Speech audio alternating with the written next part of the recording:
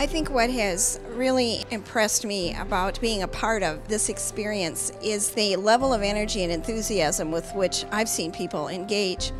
Although I have to say, from the phone conversations prior to coming, I expected only the best in terms of the willingness to go deeper into all of this. I think the sharing has been really good among us at the table. Like, there are 8 at the table, and to hear 8 different voices, that's going to stay with me. This morning's conversations, particularly if I might mention one on contemplative living, were profoundly moving.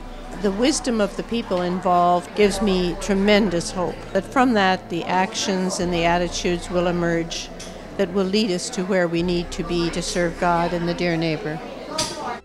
One thing I learned from our table discussion this morning was that we were all in agreement that we wish to continue to deepen contemplative lifestyle and keep the spirit of that within us. I found that when I was younger, it was more an active life, and the apostolic part of our lives seemed to be more in the forefront.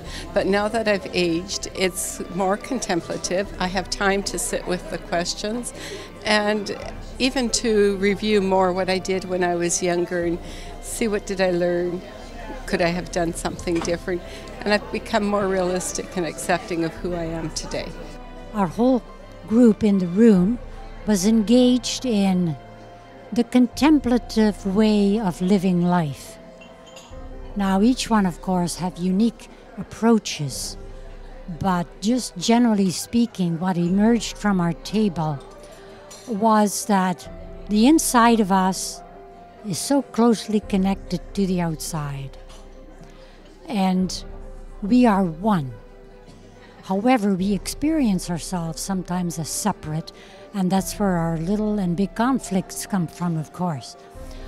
But we actually experience at our table that deep connection that exists in and through us, that we are the system and the system is us, and that together, collectively, we will come to action that will benefit our world. I myself work in a First Nation, and I find that my culture is very used to action. If you're having a discussion with somebody right away, we want to give a solution.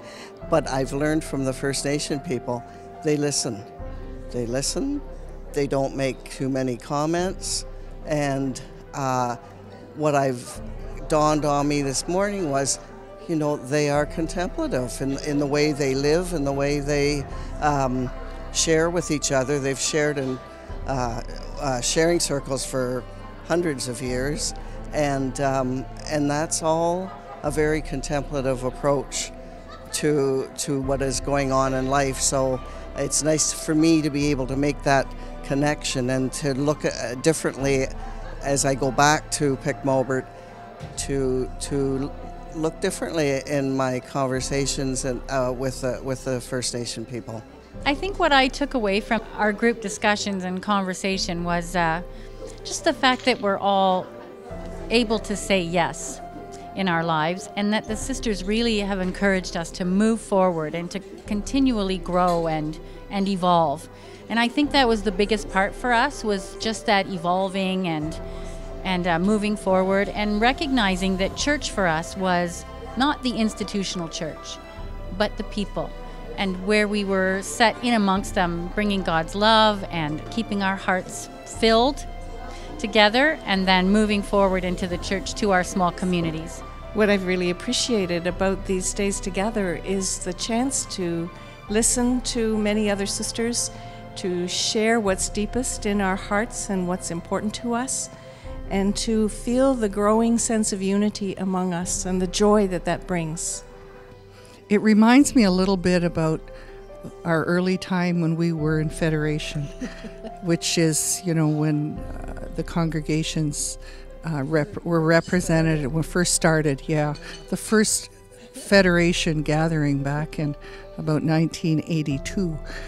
But for me, it's a similar experience. There's no divisions. There's a greater sense of the giftedness and commitment.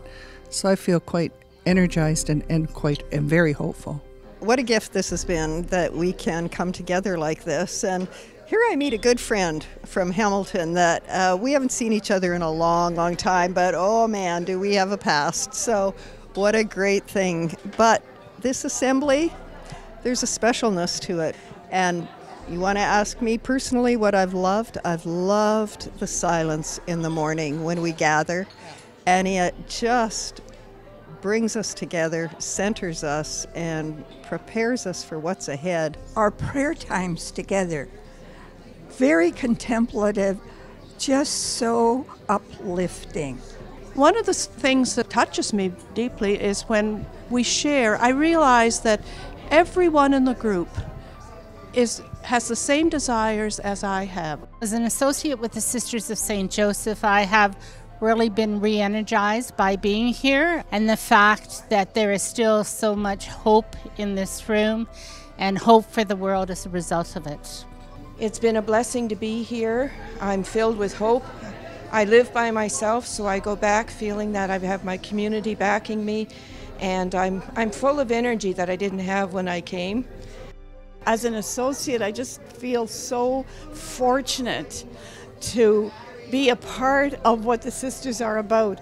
They have a strength, a courage, they have a beauty, they have this unending desire, even though they're aging gracefully and wonderfully, and that inspires me as an associate, and it gives me hope. And this whole day and the whole discussion and dialogue that's going on gives me that some of that same desire to want to just keep on going and knowing that, no, I'm not finished. I won't be finished till I take my last breath. And I know God isn't finished either, because I can feel him tugging at me, sometimes up ahead, saying, come on, Grace, come on.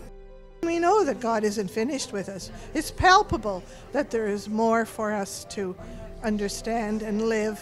We are not finished yet, thank God, because we have an opportunity to get it right.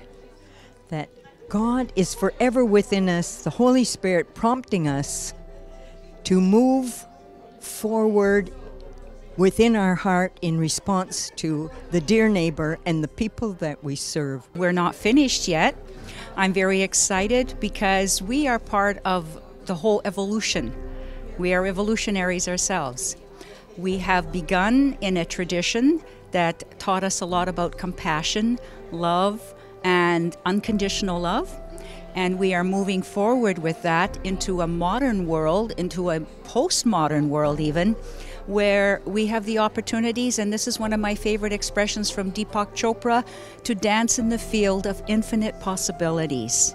And therefore, I think the possibilities are endless as long as we keep in the realm of compassion and in the charism of the CSJs, where we are open and accepting everyone and willing to grow as expressions of Christ in our everyday life.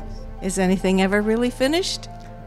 I think that what I love about that, we are not finished yet, is that it's so much in keeping with the evolution of the world and the evolution of ourselves and our lives that we're never quite finished, that God keeps working with us and we keep working with one another and with the world and hoping we're getting better all the time.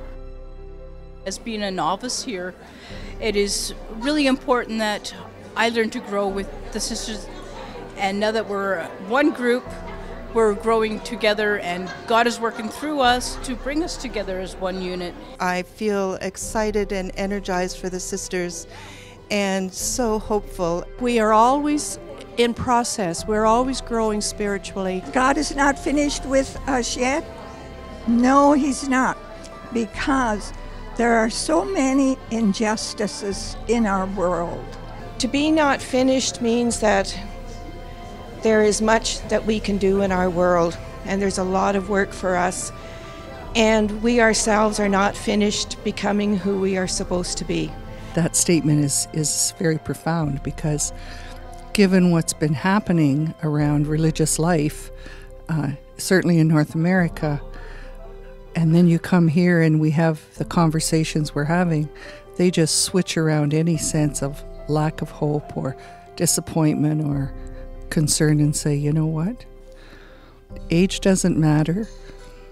Willingness and openness to move forward is very evident. And that's what it's all about. We're not finished yet. No.